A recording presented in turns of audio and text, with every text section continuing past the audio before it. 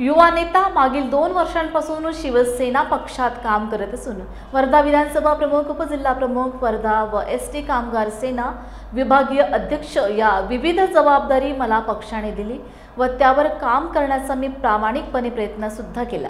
काही अडचणी या दरम्यान आल्या, त्याबाबतची कल्पना मी आपल्याला दिली होती, आपण त्यावर काही मार्ग काढू शकले नाही।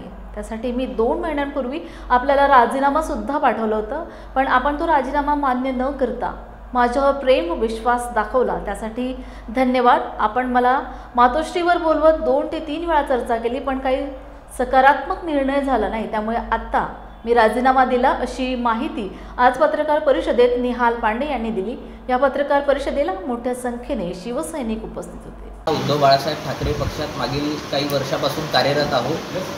पक्षाने मला वर्धा विधानसभा प्रमुख आणि सध्या उपजिल्हा प्रमुख आणि एसटी कामगार सेनेचा विभागीय अध्यक्षपदाचा हे माझ्याकडे जबाबदारी आहे।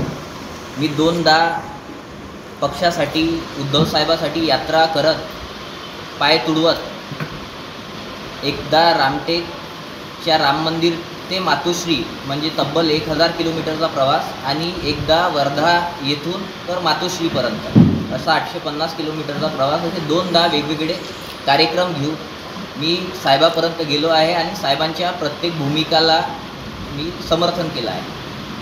आणि माझ्या कामाला बघून थेट उद्धव साहेबांनी मला हे पदाची जो जबाबदारी आहे ती दिली आहे। मी त्या पदावर इमानदारीनं प्रामाणिकपणे काम करत होतो, पण कुठंतरी पक्षाच्या वेगवेगळ्या अंतर्गत राजकारणामुळे माझे पाय ओढणं सुरू झाले आणि यांची पक्षाची जो भूमिका होती त्याबाबत मी थेट उद्धव साहेबाला वारंवार मी सांगितलं जाऊन उद्धव साहेबांनी माझ्यासोबत चर्चा केली, पण कुठलाही तोडगा निघाला नाही। थेट संजय राऊत साहेबही माझ्यासोबत 2-3 वेळा या विषयावर बोलले, पण तोडगा निघाला नाही। म्हणून आजपासून 2-3 महिन्यापूर्वी मी साहेबाला पक्षाचा राजीनामा पाठवलं होतं, पक्षप्रमुख उद्धव साहेबाला पाठवलं होतं, शिवसेना नेते संजय राऊत साहेबाला पाठवलं होतं आणि शिवसेनेचे जो सचिव आहे, नेते आहे विनायक राऊत साहेब, त्यांनाही पाठवलं होतं।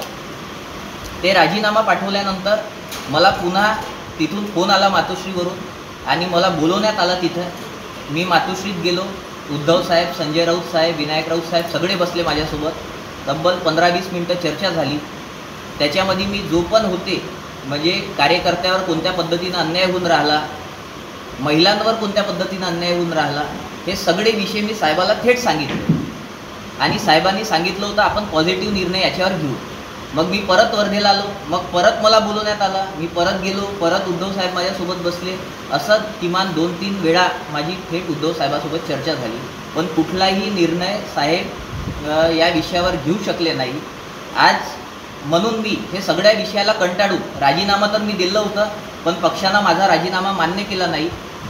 त्यांचा प्रेम आणि ते विश्वास माझ्याप्रती होता म्हणून त्यांना माझा राजीनामा आतापर्यंत मान्य केला नाही। पण आता मला माझ्याजवळ थांबण्याशिवाय कोणताही ऑप्शन नाही आहे, कारण की मी 7-8 वर्षापासून वर्धेमध्ये आणि विदर्भात जो जनसेवेचा काम करून राहिलो, आंदोलन करून राहिलो, ते लोकांसाठी करून राहिलो आणि माझा पक्षात जाण्याचा उद्देशही हे होता का लोकांचं काही काम झालं पाहिजे त्यातून।